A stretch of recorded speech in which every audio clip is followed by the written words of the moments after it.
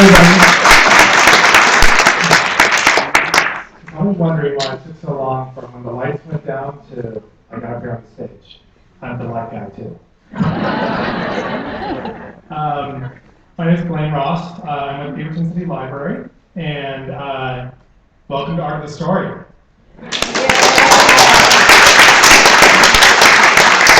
Thank you so much for coming. We got a full house tonight. It looks like it's not completely full. There's a stray seat here and there out there, so we might have some latecomers. You may have to get your toes stepped on or shift around a little bit, but I don't think it's going to be an issue, so that's a good thing. I was a little concerned last year we were pretty full, so this year we're up against the Final Four, basketball towns out there, the sunshine, nice weather. But thank you all very much for choosing us tonight. So this is a festival we put on every year. It's a part of the Washington County Cooperative Library Festival. Art of the Story, we've been doing it, this is our 12th year. How many people, I'm going to ask you this, how many people have not been to the festival before? Any newcomers? Oh, that's great. That's incredible. Great. That was so fantastic.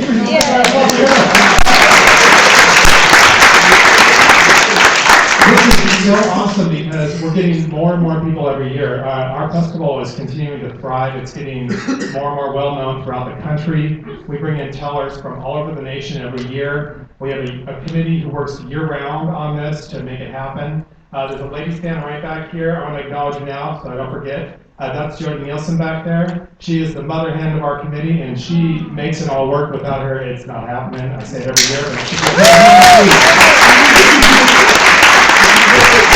Thank you, Jody. You're not sick this year, are you? No, Oh. I have a voice.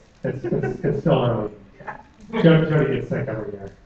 By the end of the week. Yeah, by the end of the week, Jody's sick. Okay, so I'm going to try and not talk so much. I always wind up going on and on, but there's a lot. I have a lot of thank yous and stuff to do. I'm going to try and intersperse them throughout the show tonight, but let me refer to my little list here and see what else I need to mention. So one thing about the festival is this is just the beginning. It's all week long. There's events at all the different libraries. We have rat cards out there, lots of different flyers, things like that can help you find out where to go. So some of the tellers that are coming this year, we have two national tellers, fantastic tellers. One is Patrick Ball. He's from San Francisco, and he plays a harp, and he tells awesome stories. He's been up here a few times. The other guy is from Minnesota, Kevin Klain. Anyone heard of Kevin Klain? Yeah. We've been trying to get him for 3 years, and he's always booked out. I started last year as soon as the festival was over, and he was free this year. So they'll both be here on Wednesday, I think, and they have events throughout the end part of the week, and then the finale on Saturday night. All the tellers will be telling here. Not here, sorry, at the Garden Home Library. All the tellers will be telling, and the winner of tonight's slam will also be telling there. So our 4 contestants tonight, whoever you guys vote for, whoever the winner is, will be at Garden Home Library next Saturday night telling another tale. So the other thing is we have some local tellers too. We have Tom Spurgeon. Anyone heard of him? Yeah. He's a cowboy poet, and we've had a lot of requests for cowboy poetry, and he's going to be good. He's going to be telling all week. And then the other two were late additions. We had a little problem, and we had to bring them in at the end, but you know what? They are awesome tellers. In fact, how many people were here at the slam last year? Raise your hands. Wow, so many new people. That's awesome. So we had a great slam here last year, and the winner and the runner-up are really good. They are in the festival, and they will be telling, I believe, Thursday and Saturday. They're going to be at the Tualatin Library on Thursday and on Saturday at the Aloha Library. And then Amy Theberg, I always mispronounce it. She will be telling on Saturday night as well. She's really good. So they're all awesome. It's going to be, if you can't make anything else come to the finale, it's really good. It's a good thing. So, what else? Okay, so I asked a couple of questions. We got to get stats for librarians. So has anyone been to a Storyslam before? Yeah? Okay. Because there are all new people to the slam this year, though, right? So, okay. But you've been to other slams before. All right. So we do have a questionnaire, I already mentioned it. If you can fill out the questionnaire after the show, that would be great. I have 5 fantastic volunteers around here. You've already met them. They're wearing red vests. They will help guide you to get where the questionnaire needs to go. We really use that information to make the festival better, so please fill it out. And the other quick thing I want to mention before I forget is you're all going to get a little ballot tonight after the 4 tellers tell. And what's going to happen is, for the tellers that are done telling, they're going to go ahead and head out upstairs this year. Last year we did the coffee and tea and stuff down here. It was a madhouse. We have a separate room upstairs with the coffee, tea, and cookies. The tellers going to head upstairs. They'll be up there to hang out. Your job is to vote and then go up and get your stuff. And if you want to bring your coffee back down here, we got lids, coffee, tea, water. Just bring a lidded cup back down because we don't normally have beverages down here. So we'll have all 4 tellers will tell, and then we'll have this brief intermission, about 15 minutes, so people can vote and we can tally the votes. It doesn't take long. The other thing that you should know is you don't need to do anything to the ballot. Their names are on there. You don't need to circle them or anything. Those ballot boxes out there, there's a separate ballot box for each person. Put the ballot in the box of the person you want to win. So there's no writing involved. Now, if you want, there's a place to put your email down if you want to be notified of festival events. And also, we do local story slams here at the Beaverton Library. We do them about 4 times a year. My colleague, where is she? Hi, Ann. This is my colleague and great friend, Anna Valley. Please give her a hand. She helps me do my demonstrate at work, and she helps co-produce the slam, and she's a very valuable part of making this happen, and I'm really glad she's here tonight. Thank you. So anyway, we do these slams, and if you're interested, you want to watch these tellers tonight, maybe you want to give it a try. We usually have about between 20 and 40 people who show up, and they put their name in a hat, we draw the name out, and they get a chance to tell a story. It's a very fun, friendly environment. There's no heckling, it's a nice group of people, and it gives them a chance to try out telling stories on stage. In fact, one of our tellers tonight, Fran right over here, told her first story on this stage less than 6 months ago. So anyway, you can move up to the big leagues, right, Fran?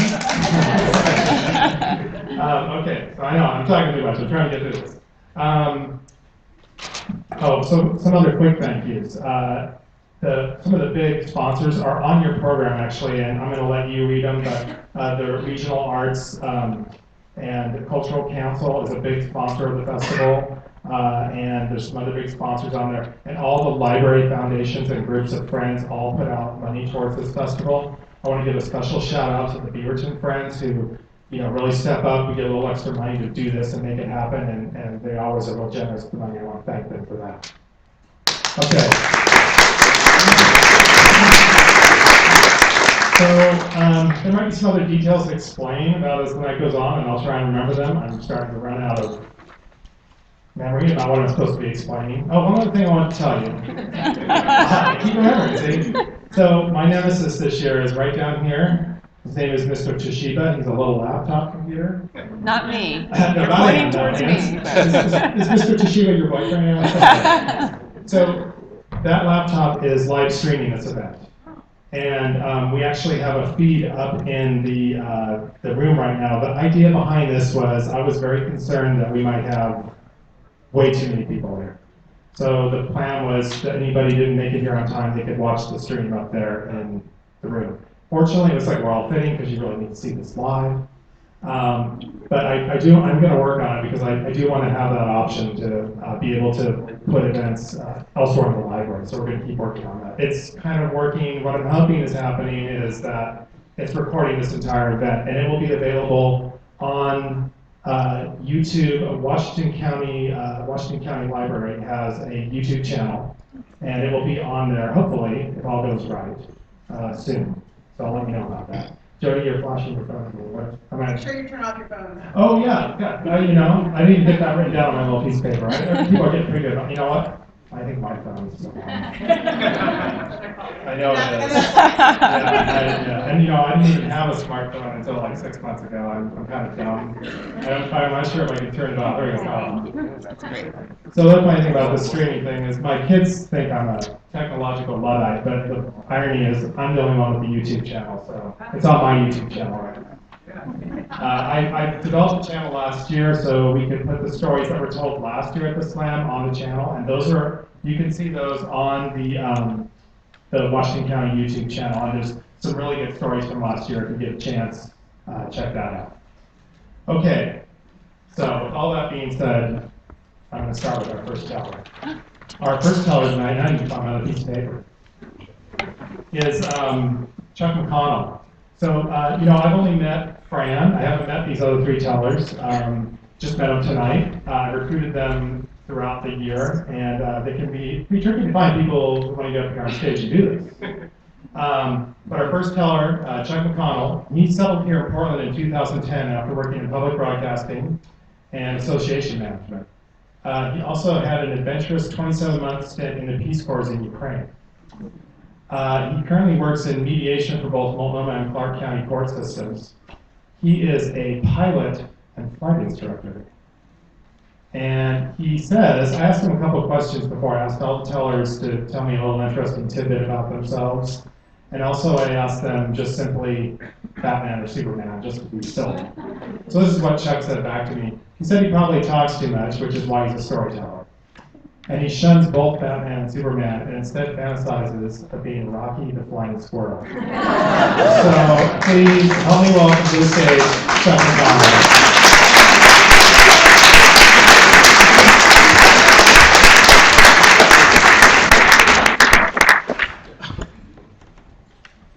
Almost the right height. We'll try there. When I was a kid, there was always music in the house. My father played piano, stride, big band tunes by ear, mostly.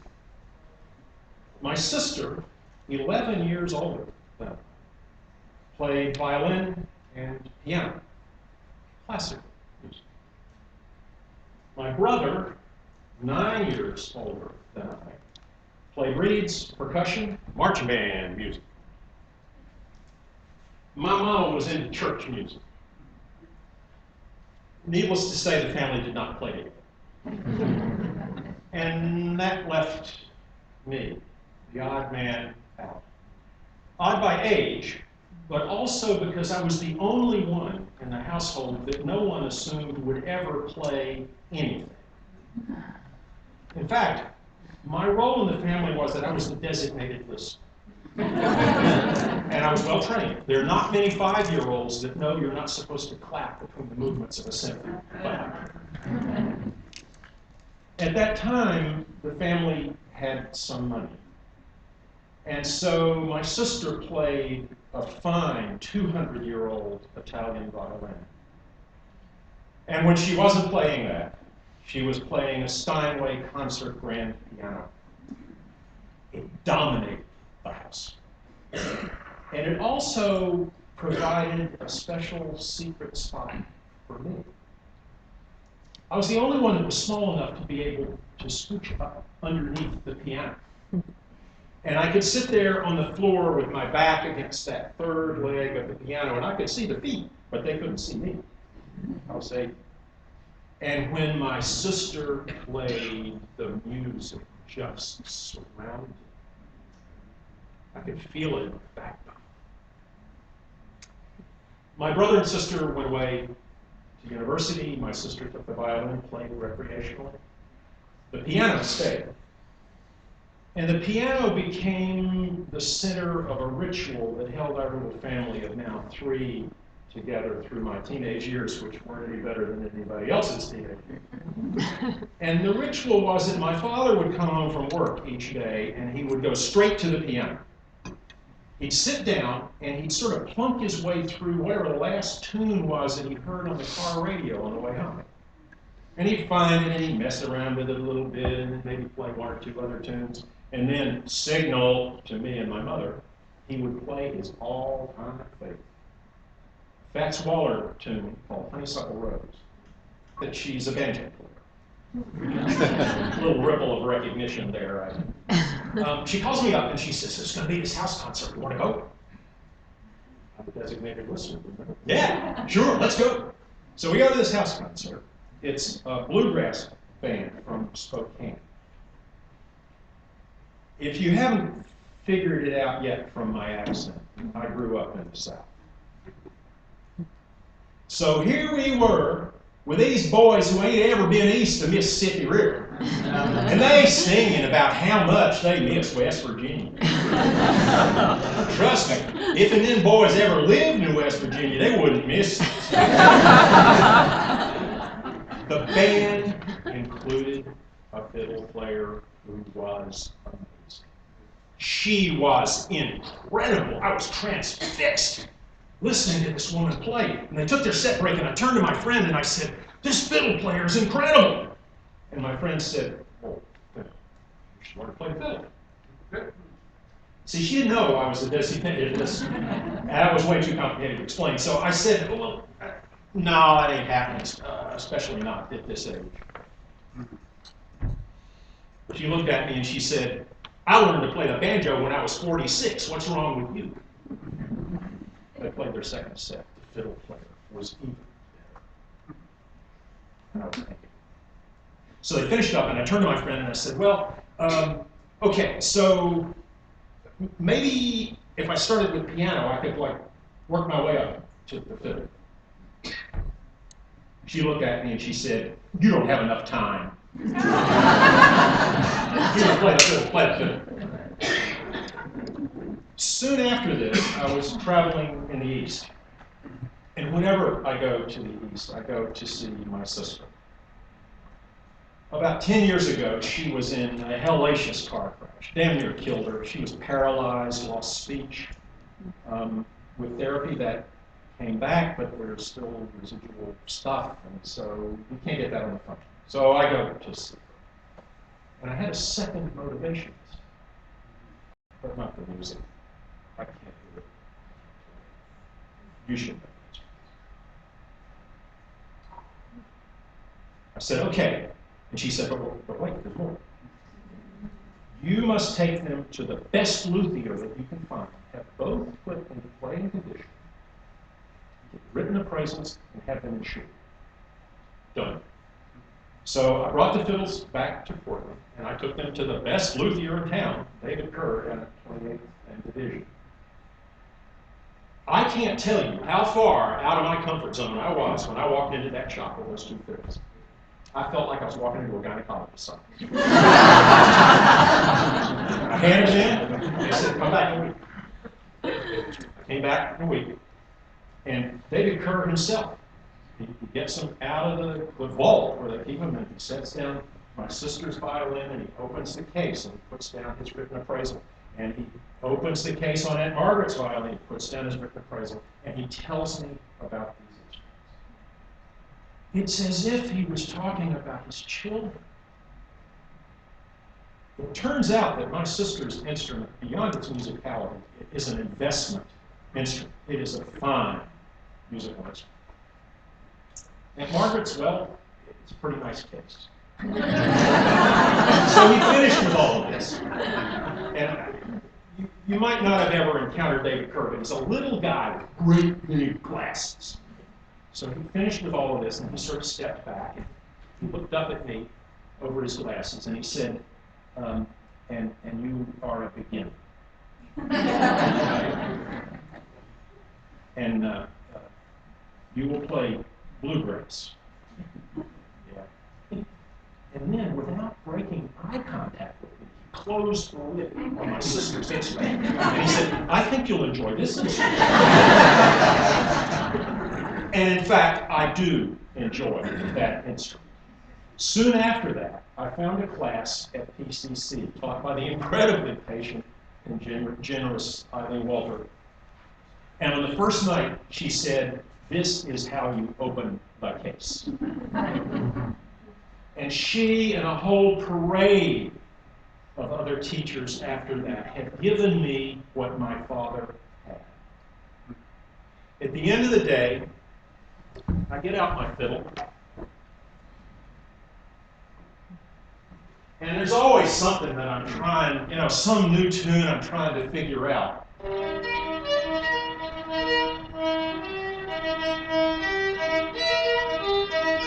So I sort of work on, try to find it. And then I play one or two that are more familiar, and I always end up kind of settling in the same spot. It's kind of one of my real favorites. It's an old Carter family tune. It's called May the Circle Be Unbroken.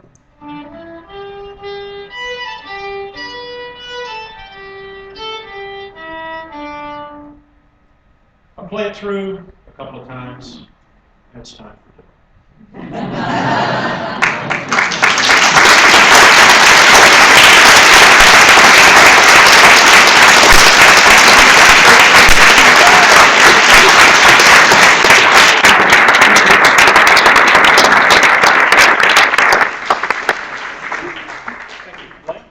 Yeah. Thank you, Chuck. Great job. Thanks. That was a nice story. My wife introduced me to bluegrass music. My kids think they wail too much, but we love it.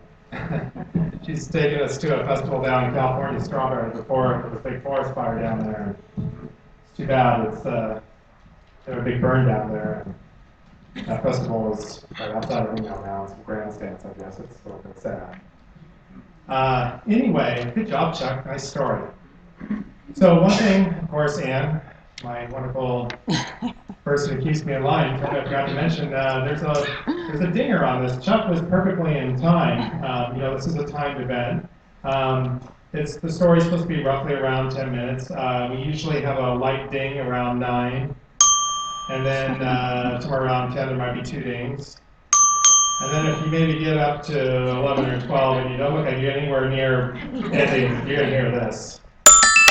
Yeah, you don't want to hear that. And my tellers have pretty much all assured me they're going to be under time, so we really don't do a lot of dinging. In fact, you may not even hear any dings, even if they're over that 9-minute mark. So if you're out there timing it, don't issue a protest. We don't like to ding unless absolutely necessary. Okay, so our next teller is Francis Hunter. And stay down there a second, Fran. You gotta listen to me talk about you before you get up here. Don't you get in a hurry. Fran, I don't want you to think until you get to 10 minutes, please. Okay, so Fran said, and she meant, don't worry, Fran, we're not gonna take it. Okay. This is her third time on stage. She came and told another slam after her first time, and I think she's a natural. She gets nervous, but she's a good teller. I know that. I can spot. She drives the dentist crazy. She grinds her teeth. But you know what, Fran? I think probably half the people grind their teeth and don't even know. The dentists just tell them that so they can sell them expensive mouthpieces. So. She's a former teacher. She grew up in the 50s watching TV on a round 13-inch screen. Wow. Was it a flat screen, Fran? Did it have a big tube at the back? I bet you wish you had that TV now. During the day, she made up stories and acted them out with her siblings and friends. Her response to one of these superhero questions, of course, I discriminated against her. I said Batman and Superman, and she didn't necessarily have to pick one or the other, but she said, my superhero is Wonder Woman. And of course, Wonder Woman's in the new movie. In fact, I heard that Wonder Woman steals the show in the new movie. So she was one of the original Justice League members along with Batman and Superman. In that original group in the 40s, she served as their secretary. And Fran says that she's very glad to say she found her power in her lasso, tiara, and her bracelets, and showed those boys what a good woman could do. So please join me in welcoming to the stage, Francis Hunter.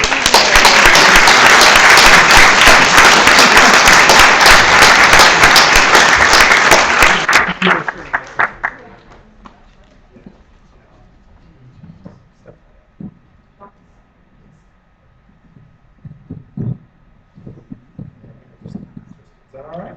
I think that's all right. I was 9 years old, my dad came home, closer back, but see, I need to tell you. When I was 9 years old, my dad brought home our first little travel trailer. To my little sister and I, it was a playhouse on wheels. To my mom, she was hoping for a magic carpet that would take her to some new places. But for my father, it was the golden ticket that meant never again would he spend his vacations sleeping on his in-law's couch. We packed it up, we left our Southern California home, and went for our first vacation to the California High Sierras. We camped about 30 miles from where the Donner Party mostly died. We lasted 3 days and nearly froze to death ourselves. So with gratitude, let those horses run in our big Ford station wagon, and it pulled us to the coast, and we found Big Sur State Park. Now, Big Sur is a beautiful park, tall redwoods, and a wonderful little river. By Oregon standards, it's a little river. But in the sense of the North Clackamas or the Umpqua River, beautiful whitewater rapids, clear ripples where you can see every rock in the bottom, shady pools that you can play with the minnows and watch the cedar buds dance on tiny, tiny feet. And I was growing up where the rivers were paved and utility and emergency vehicles drove in the bottom of them. I had found paradise. While I was learning the river ecosystem, my parents were learning to get along with each other while they camped. For my mom, it was still prepare 3 meals a day. Wash the dishes in a sink no bigger than a sheet of copy paper. Make the bed, sweep the floor, and keep an eye on 3 active kids. That we didn't fall in the campfire, that we didn't wander off. And she did it all without the benefit of decent appliances, a fence yard, or a single thing running on batteries. Now, while I was there, I played around, looked around a lot. My father, I noticed, he wasn't working nearly as hard. My mom had packed his clothes, so all he had brought along was his old Navy hammock, a few lawn chairs, and a fishing pole. My dad loved to fish, and he figured anywhere we would camp would have water of some sort. He was used to saltwater fishing on charter boats, and he'd bring home these enormous yellowtail tuna. But he figured if there was water, it was worth the space of the fishing pole, and he brought it. The next to the last day of our vacation, he said to me, "Frances Ann, would you like to learn to fish?" And I must have said yes, because we walked to the little camp store, and he bought me a jar of my own bright pink salmon eggs. We found a stretch of riverbank that was not too brushy, and he taught me with this heavy saltwater pole to hold it in against my ribs because it was too heavy to hold any other way, and to swing it out over the water. And while the line should have went, my line went, eventually by standing with my feet in the edge of the river and swinging for all I was worth, I could get it out there 6 or 8 feet. Fortunately for the Big Sur, that was enough. They planted that river every week or two with hundreds or thousands of tiny little barely legal rainbow trout, and they were hungry. So the minute that salmon egg hit the water, one of them came up and chucked. My dad showed me how to reel it in, how to unhook it, and then he killed it and cleaned it, and that night we each had one bite of fish along with my mom's good dinner. We would come back to Big Sur for the next 4 years. It's year 2 that stands out in my mind. My mother's father, my grandpa, came with us, and he knew how to fish a trout stream. He'd grown up on the Umpqua and Rogue rivers, and he brought with him a variety of beautiful fly rods and hand-tied flies. I stood around and I admired them, and I tried to act like I knew what I was talking about, and I hoped they would invite me to go fishing with them. My dad and grandpa were planning to hike them out of the park and hopefully be able to catch wild trout while my grandfather taught my dad to fly fish. I didn't get invited.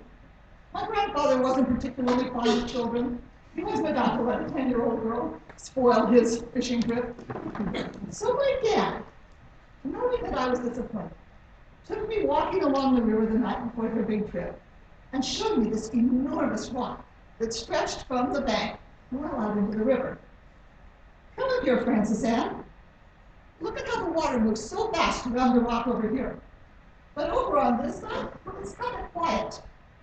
I bet if you come down here tomorrow morning and drop your egg in that pool, you'll catch a fish. So that's what I did. In the morning, when my dad and grandfather got up in the dark, took tubes of crackers and tins of sardines and hiked out through the brush, I stayed in bed and had sausage and pancakes with my mom and siblings. Then I took my pink salmon eggs, that heavy bowl, and went down to my rock. I gave him my hook. I dropped it in. And again, almost instantly, I had a bite. I reeled it in. Tilly! Hello! Just walking high in fish pond. And then, then I realized I had a problem. I had not brought a pan or a bucket or anything to put my fish in. So, you know, Tilly, it's your lucky day. And I threw her back into the stream. I was jumping down off the rock to go get my sand bucket when I noticed the texture of the riverbank. It was mud with a lot of sand in it, and it was the perfect texture for digging. And I got the idea to dig a fish pond, a place where my fish could live. Well, I caught more. So that's what I did. Just a little place on the edge of the river, I dug a bowl, probably 3 foot across, maybe a foot deep. I lined it with big leaves and held them down with rocks, and then taking a little stick and made a small access so the water could flow in. It wasn't the pristine pond I had hoped for, but it was worth a try. And down up on the rock I went, put on a fresh salmon egg, and dropped it in. And again, got a bite. Well, Tilly, what did you hang around for? I know, you wanted to see the fish pond. Come on. And I turned her loose. And I marveled at her fins and how they would move through the water. I thought of angel wings at the time. It was so translucent and beautiful. I noticed how round her eye was. And she did have rainbows on her sides, though the rainbow did not have all the colors. I don't know how long I spent watching her there. And then I told her, I'm going to catch you a friend. And I went back on the rock. And my second fish was Bubba. But I probably squeezed him too tight when I unhooked his hook because his back was kind of like this. But when I put him in the pond, he flipped tummy up. Oh, Bubba, you're not feeling too good, are you? You take a nap. Mom always tells me to take a nap when I don't feel good. And I went back to fish. And I continued fishing until my sister came down, bringing peanut butter and jelly sandwiches and tall Tupperware cups of lemon. We sat on the rock and ate our lunch, and we broke off sticks and raced them down the river, making sure that mine always won. And then I let her put her fingers in the fish pond and let the fish nibble at her fingertips. By then I had 4 or 5, and Bubba was the only one who was sleeping. But when she had the idea that she should hold the fishing pole for a while, I sent her back to camp. Sisterly love only goes so far. And I went back and continued to fish. I spent the afternoon alternately fishing and mending the licks in the fish pond, fishing and mending the licks. And somewhere around 3 o'clock, maybe 3:30, my dad and grandpa got back, and my dad came down to see how I was doing. He saw my fish pond. He leaned over. He started to laugh.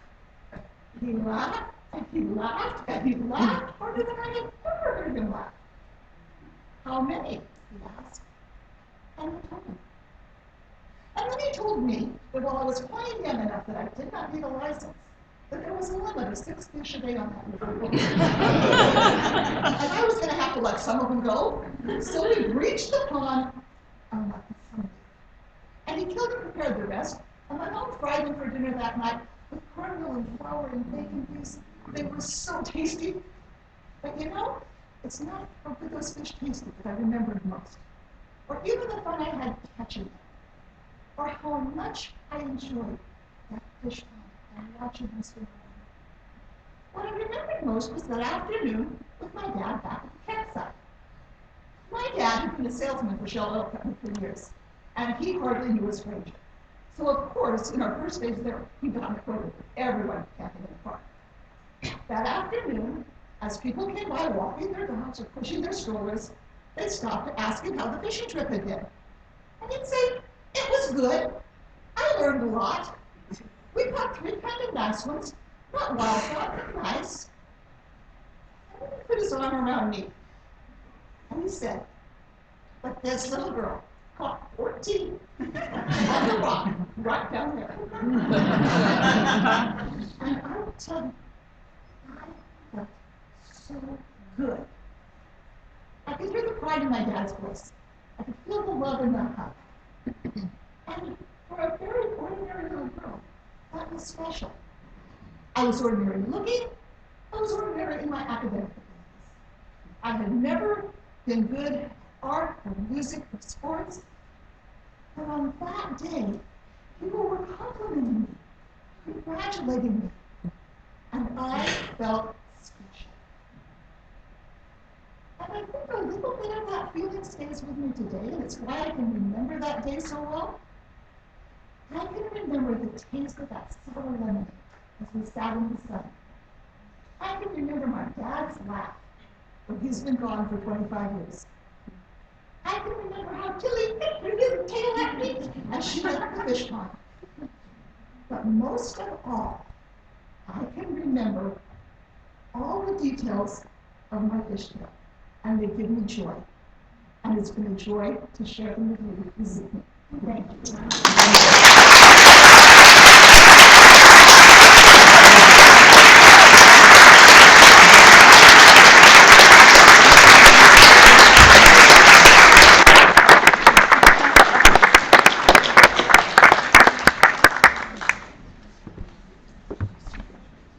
Thank you, Fran.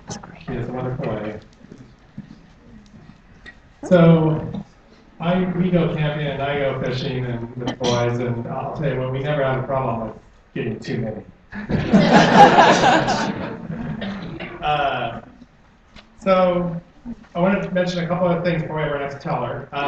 You all, did everybody get a raffle ticket coming in here tonight? Everybody has a raffle ticket? Okay, great. So after the telling's done and you're up getting your coffee and all that, when you come back after the voting's done, we're going to have a drawing. We have a few different pairs of tickets. One of them's to Back Fence PBX. It's a storytelling organization. They tell over in Portland, and also Portland Story Theater. In fact, both Chuck and Warren, I believe, have told for Portland Storytelling Theater, and they took I think a class there, right?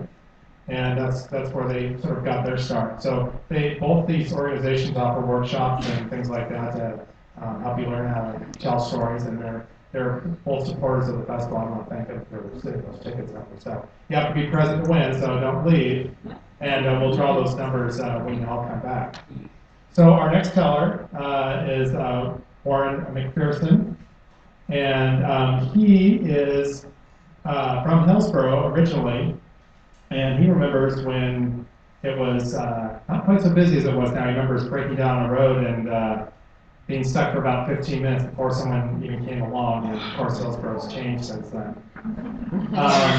He also, his response to the superhero question was, he's not a big fan of Superman, he's too much of a goody two-shoes. So I don't know, maybe he's a Lex Luthor sort, I'm not sure. He's a stay-at-home dad / writer, and that's one of the hardest jobs in the business, and I think one of the best paid. You know, if you look it up on the internet, I think you're making about $140,000 a year when you factor in all those dishes and laundry and childcare. I do the same thing. I'm a part-time stay-at-home dad, so I hope you have good benefits. Anyway, please welcome to the stage Warren McPherson.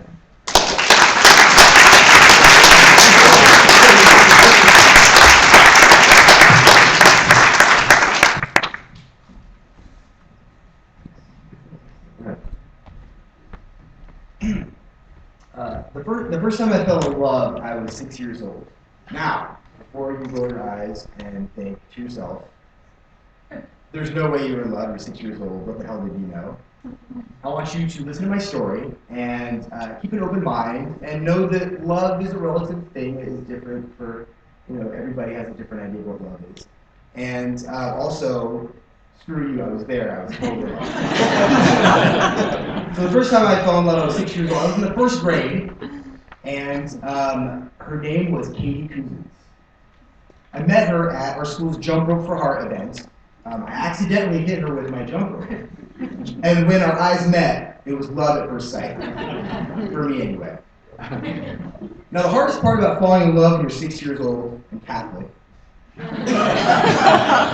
is having to go home to your mom and say, Mom, I found the woman I'm going to marry today, so I can no longer be the Pope like you Pope. Because that's what I had done that day. I had found the woman I was going to marry. When I was very young, my real dad left my mom. So even at age 6, I knew when I picked somebody, it was going to be forever. I wasn't going to change my mind. I was never going to leave. Katie Cousins was that girl on that day. So after the Jump Rope for Heart event, I learned a couple things. First of all, I learned her name was Katie Cousins, and she was in the 2nd grade. She was an older woman. I've always had a thing for older women. I also found out that her younger brother was in my class and was actually a very good friend of mine, so it was very convenient. How I felt about Katie Cousins was one of the worst kept secrets in our small Catholic school community. Everybody knew that Warren liked Katie. I used to write her notes and telling her how much I liked her. I could never tell her because I was very shy and kind of awkward. My mom used to give me lunch money for hot lunch every day. And sometimes I'd skip lunch, I'd keep the money, and I'd buy little gifts for Katie. Like Christmas time or Valentine's Day or her birthday, June 6th.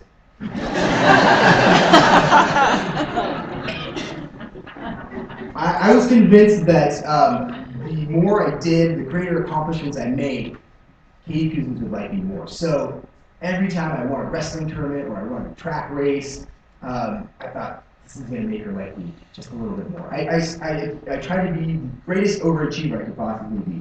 At the end of every school year, they gave out the awards, and it was best GPA, that was me. And best math student, that was me. And perfect attendance, that was me. I just thought anything I could win and get up there, she had to like me a little bit more. Other girls liked me. They were probably cute, I don't know. I wasn't paying attention. I only had eyes for Katie Cousins. I was totally and utterly devoted to this girl. This went on for 6 years. Now, as devoted and loyal as you can be to somebody, I was a 12-year-old boy. A 12-year-old boy had needs. To this point, the apex of our physical relationship had been we held hands once, double skating at the local roller skating rink. It was Skate World at Hillsborough. It's not there anymore. So I thought this would be a good time to kind of take our relationship up a notch. I was going to ask Katie Cousins out on my first date. It just so happened that Back to the Future 2 had come out. I had been waiting 4 years to see Back to the Future 2. Ever since I saw Back to the Future, and it ended with this huge to-be-continued cliffhanger, everybody I knew wanted to see Back to the Future 2. And as luck would have it, it was playing at the Hillsborough Town Theater, our little town theater. I thought this was perfect. I planned on us going to see this movie the Friday night, Christmas break. That first Friday night. That first night, it's like, you've got 2 more weeks of no school and Christmas and presents and dinners, and it was just going to be a great time. And this was going to be the start of that great Christmas break. So I had my mom drop me off that Friday night, 15 minutes before the movie started, because I didn't want to be late for my first date. This was before I knew if you really wanted to be cool, you came late to things. So waited in the lobby, 10, 15, 20 minutes, no Katie Cousins. And I could hear the previews starting in the theater. And I'm one of those people who likes to go in and see the previews before the movie starts. So I started to get a little unnerved as I sat there in the lobby. And I had to remind myself, Warren, it's okay. This date is bigger than previews. I had Katie Cousins' gift there. I had to eat lunch for 2 weeks to pay for this thing. And I knew in my head that when I gave it to her, she was going to be so excited. She was going to give me that thing I wanted more than anything, my first kiss. So I waited 25 minutes, 30 minutes. I could hear the movie starting in the theater, and there I was in the lobby, still no Katie Cousins. 40 minutes, 45. I was getting a little nervous. 50, an hour. I started thinking, you know, it's possible that Katie Cousins is not going to show up here tonight. 30 more minutes passed, another hour. And I started thinking, it's kind of possible that Katie Cousins isn't going to show up here tonight. The movie ended, the doors opened up, and the crowd came out. Everyone had smiles on their face. They had waited 4 years to see that movie, and they got theirs that night. I got stood up. I didn't even get to see the movie. But in the back of my head, I thought, I still have one out. This was before cell phones. So I thought maybe there was a family emergency, and that's why Katie Cousins didn't come that night. When my mom came to pick me up from the date, she would surely have the whole story because they would have called my house and told her. When she came to pick me up, she said, how did the date go? So I knew there was no family emergency. I told her it went fine. I didn't tell her what happened. I never told anybody what happened. And that night I learned a harsh lesson about love. Sometimes you're more into them than they're into you. I had been into Katie Cousins for 6 years, half of my life.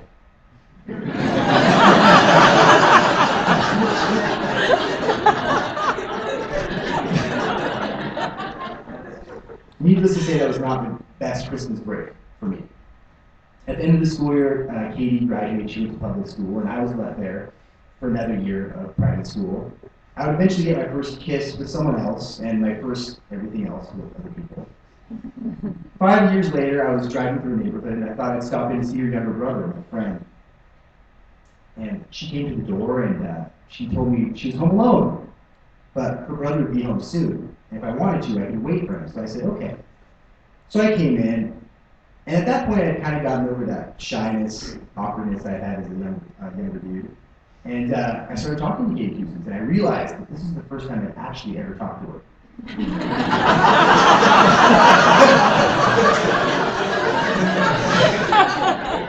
And we start talking, and something inside of me, some bravado, brings up the subject of that night. I said, Katie, I gotta ask you this, why didn't you come to Back to the Future 2 that night?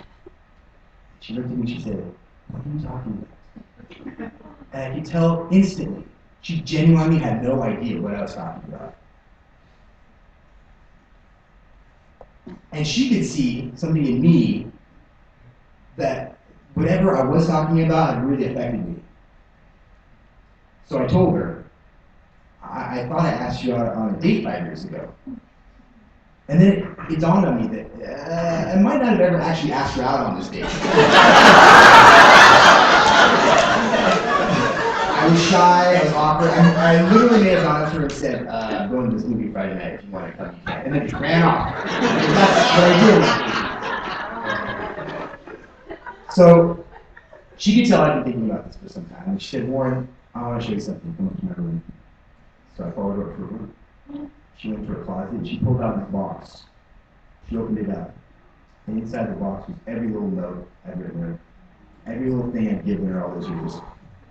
And she said, Warren, you treated me better than any boy has ever treated me in my entire life. And then I thought about it. I realized that she was into me.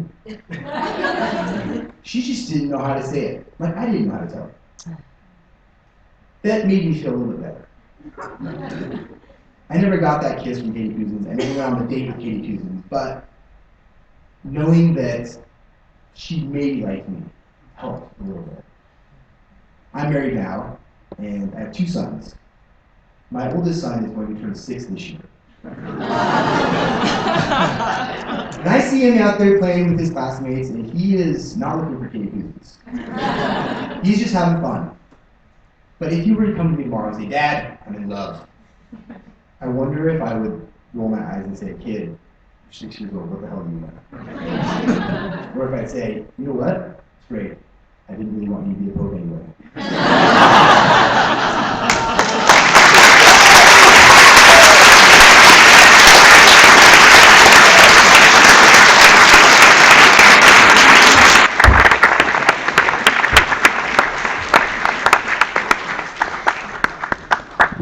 Oh, that was great.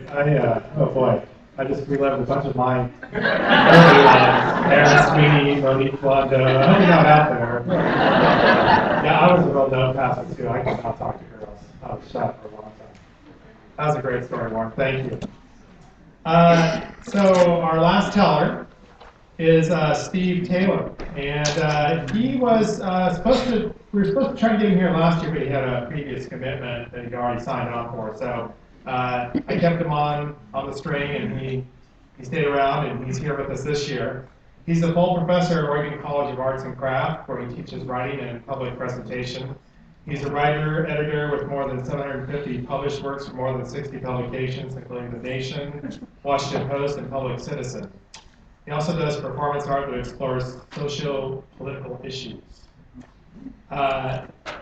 He's been known, so when I sent him this question, he sent me this, and I'm going to just quote him verbatim here. Steve's been known to place homemade parking tickets on the windshields of cars that angle park across 2 spots, especially if the vehicle is a midlife crisis penis car. And then he runs away so he doesn't get beat up. His superhero is Clark Kent because he's a mild-mannered reporter who goes to work every day, does his job, provides for his family, and brings the news to the people, all the while wearing an uncomfortable bulky cape under his clothes. Please welcome to the stage, Steve Taylor.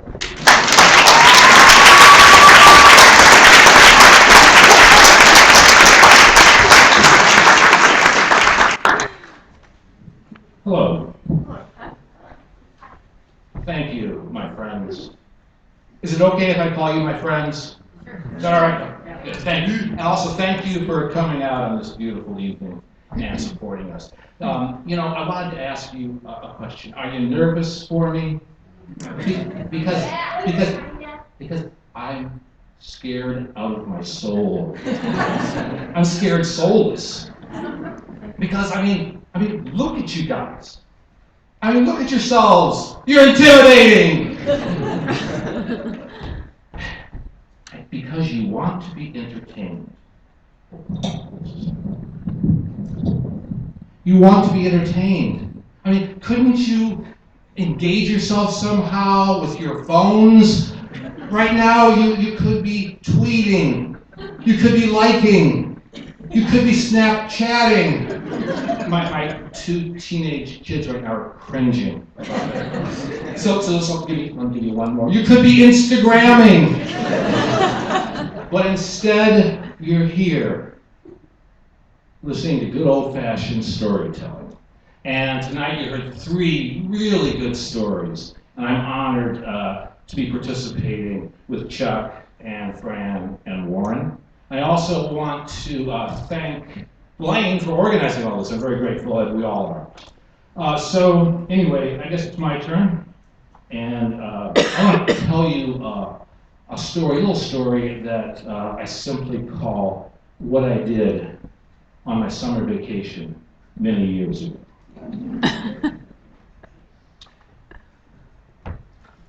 In the spring of 1987, my older brother Rich called me. He said, "Steve, I'm going to Nicaragua over the summer. Would you like to go? Go to a Marxist third world nation in the grip of war with the United States?" I said, "Sure, Rich, I'd love to." We wanted to go to Nicaragua because we opposed the illegal war, and we supported the Sandinista government and what they were trying to do. We wanted to go and meet some Nicaraguan people. We wanted to go and write about and film some of the arts and culture of this vibrant nation. I had another motive. I wanted to find romance with a beautiful, sultry Nicaraguan woman.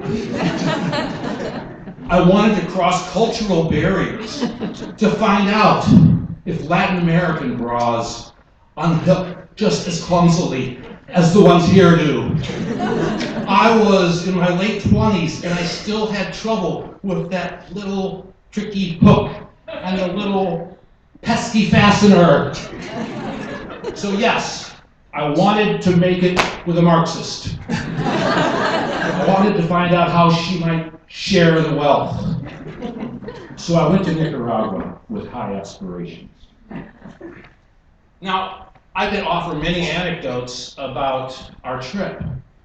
I could tell you about going to a prosthesis factory and meeting a young Sandinista soldier who had his leg blown off and was being fit for an artificial limb.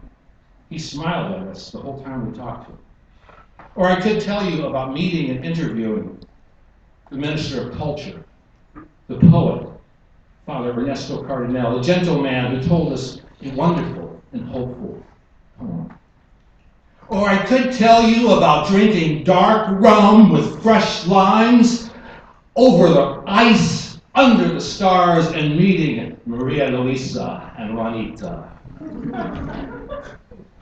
Rich and I took our new dates to a disco they told us about.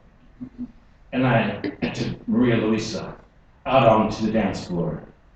And we moved and we grooved, and we bopped and we popped, and we shimmied and we timmied at the same time. And some of you may know that it's not easy to shimmy while you timmy. And Maria Lisa seemed like she was having fun and she was laughing, and I didn't care if she was laughing with me or at me. And then a slow song came on. I pulled Maria Luisa close to me, and I moved her smoothly into the box step, because the box step is so intimate, simple, yet elegant. And because I really didn't know any other slow dance moves.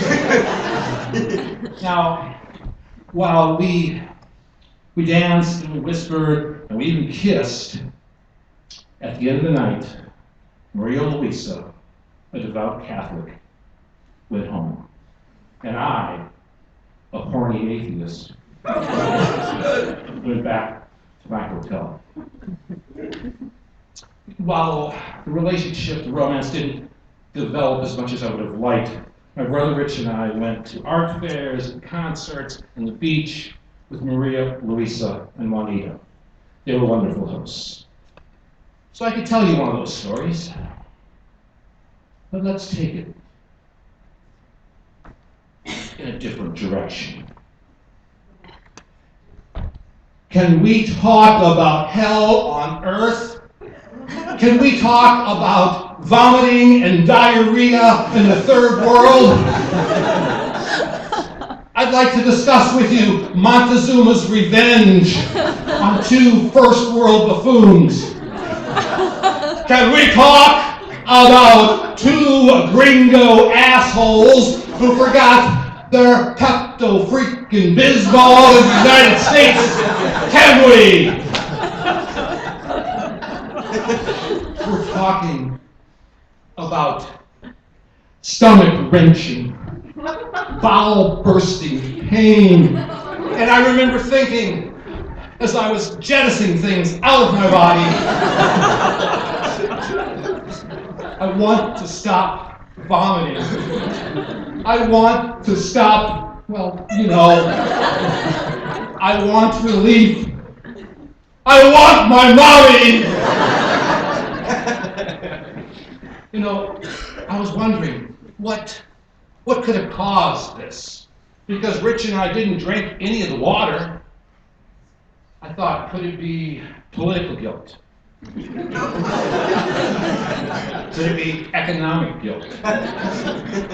Could it be that sour corn drink that I bought from a little boy with the inverted arms who sat in front of his shack selling this vile corn juice that I felt compelled to buy and drink in front of him? And then the obvious occurred to me. While we didn't drink any of the water, we did drink the rum over ice. Ice. Frozen water. We were such morons.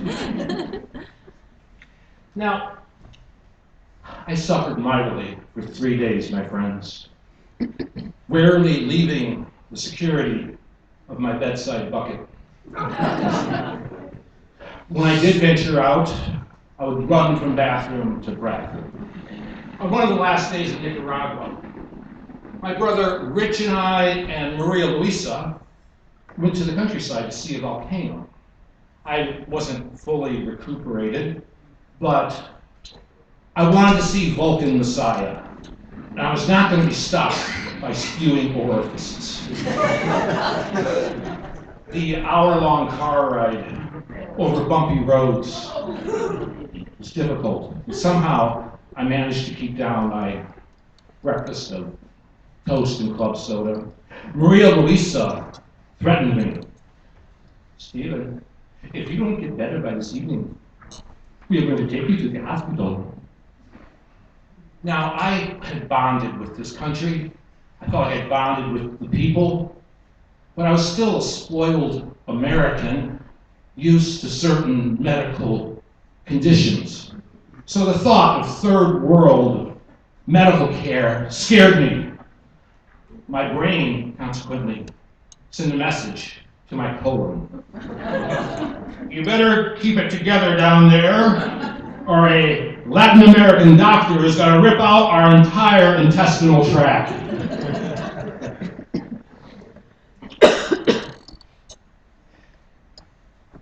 When I think about that time, I think about going to the volcano. When we got there, it was beautiful. It's incredible. At its base of the volcano, vegetation flourished. It presented itself as a beautiful, damp, tropical splendor. At the top of the volcano, we were hit by the gaseous fumes. If you look down into the crater, into the crater's guts, you'd see these little green and yellow parakeets that flutter down, down, down, unaffected by the toxic fumes. I sat on the lip of the crater, looking down into the bowels of the volcano, and I started thinking about how wonderful this was. I saw the lava way down below bubble up, and I was filled with wonder and awe and a little uneasiness. And for some reason, I decided to take a deep breath, allowing the smoke to engulf my nostrils. I guess I was trying to become one with Vulcan Messiah, and that was very stupid. My stomach started rumbling, and then I recoiled, and I let loose a stream of my own lava. I would like to tell you that I propelled a tremendous blast of club soda and toast mixture, catapulting out of my mouth, going down into the volcano, down, down, down, with parakeets dodging and trying to get out of the way of the spray. But that wouldn't be the truth. I just threw up again. Well, Maria Luisa saw this, and she said we had to return to Managua, so to go to a hospital.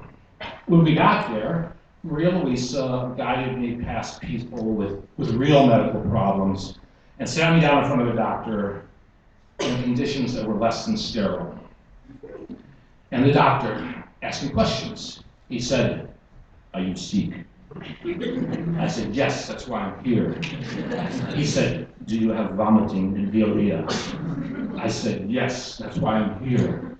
He said, "Does the vomiting and diarrhea smell bad?" I looked at him blankly, and I said, "Si, senor." Because it stunk, I guess. He wanted to keep me overnight for observation. I said, "No thanks, no thanks." Still, he led me to this little back room. It was even dirtier. And there were flies buzzing around, as if there were animal feces on the floor. There weren't, but it felt like it. And so, Maria Luisa asked me how I was feeling, and I said, "Not feeling too bad, not feeling too great either." And then the doctor said, "We need to give you intravenous feeding." And I said, no. I said, no, doctor, just slow down, hold it right there. And then I said, then who is she? And I pointed to another patient lying on a cot, completely unconscious. And she's what we call today a little person. And she had drool running out of her mouth, and she had a feeding tube in her arm. And I don't have anything against little people. In fact, I have a good dear friend who was of short physical stature. But I did think two thoughts. First, before she came in, was she tall? And secondly, where the hell's the door? I said to Maria Luisa, I said, I don't know how to tell you this. I don't want to insult anybody, but I don't think I can go through this. I'm used to certain conditions. And she said, Steve, calm down. She said, just do whatever the doctor says. And the doctor said, hold out your arm. And I said, no, I said, the doctor can't. Finally, I protested. Finally, Maria Luisa scolded me, and I agreed. And the doctor pulled out a tourniquet and wrapped it around my trembling arm. And then he reached for a needle in a rusty tin pan. And I looked at the little person, and she was still unconscious, and still drooling, and still short. And then I looked at the needle, and I jumped up and I said, I can't help it, I've got to go! And I bolted out of that little back room. Shortly, Maria Luisa emerged from the hospital carrying medicine. And it was free, because they have socialized medicine there. And she said, take some of this, it'll make you feel better. And it did, but I think I was already scared healthy. A couple days later, Rich and I gave away what money we didn't need, and we left Nicaragua. But we realized we learned a lot about the vibrant culture, the warm and gracious people who really just needed a little less hate and a little bit more love and help. And we also learned an important biological lesson. Tainted amoeba that can cause intestinal chaos do not freeze and die when water turns to ice. Thank you.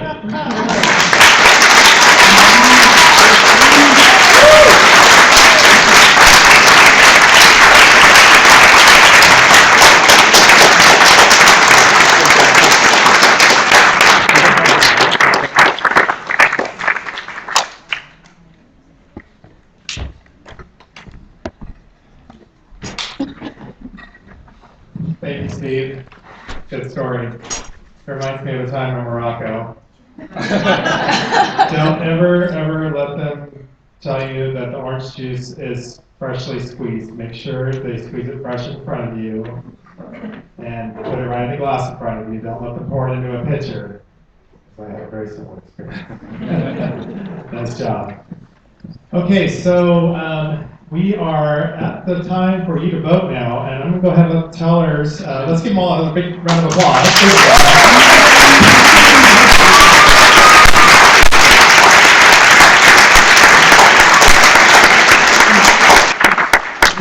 This is where you, as the audience, come in. You've got an important decision to make here.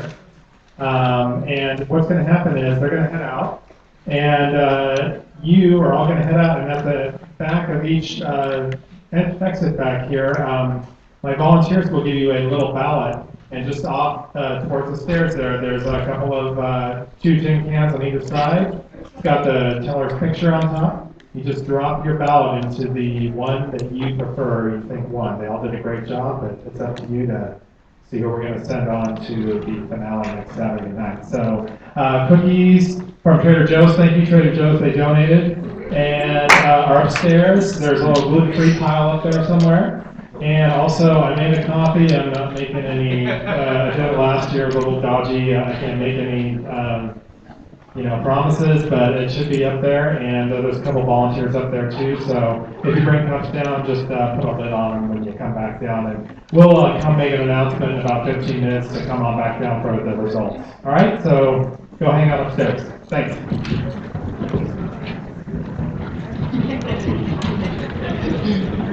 you.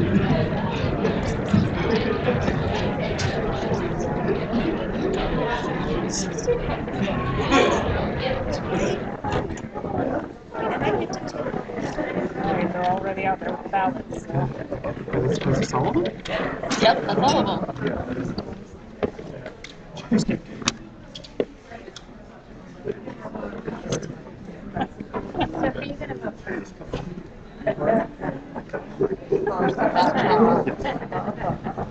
I know, I don't know what to say that. But you don't take the picture. Yeah, the pictures are out there. The pictures are on there. Yeah, I know. It's hard to tell. Well, their names are on the picture. Right, but I just don't remember. Who was the last one? Steve. All right, good, that's good.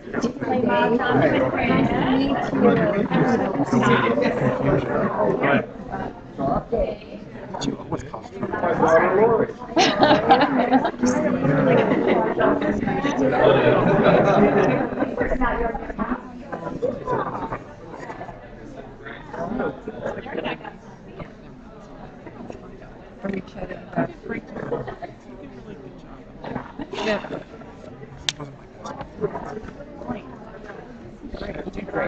Yeah, and I'm really bummed that Noah. He would love it.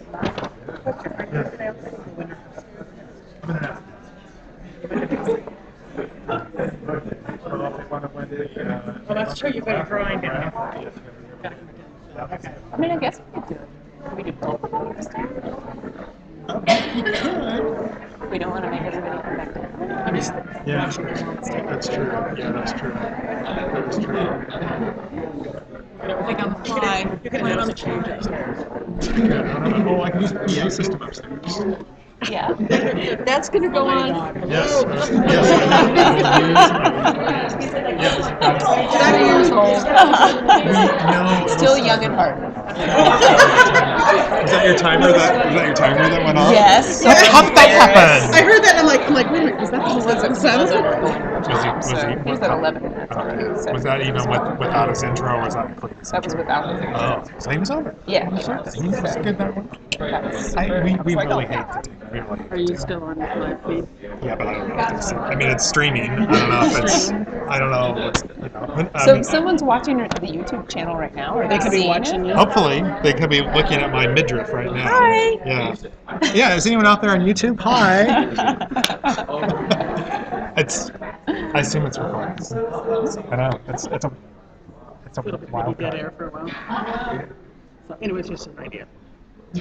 That's a great idea. I totally like You that mean idea. doing it? Doing it I upstairs. think it's a good idea Yeah. because we're running Yes. a little bit Then you late. might Yeah, as what well time might is as well it? shut this down. Except you're not going to be able to do We this. ended Oh, it. that's We right. ended it. I could take this upstairs. Yeah. We ended So you at can announce 8:23. it Okay.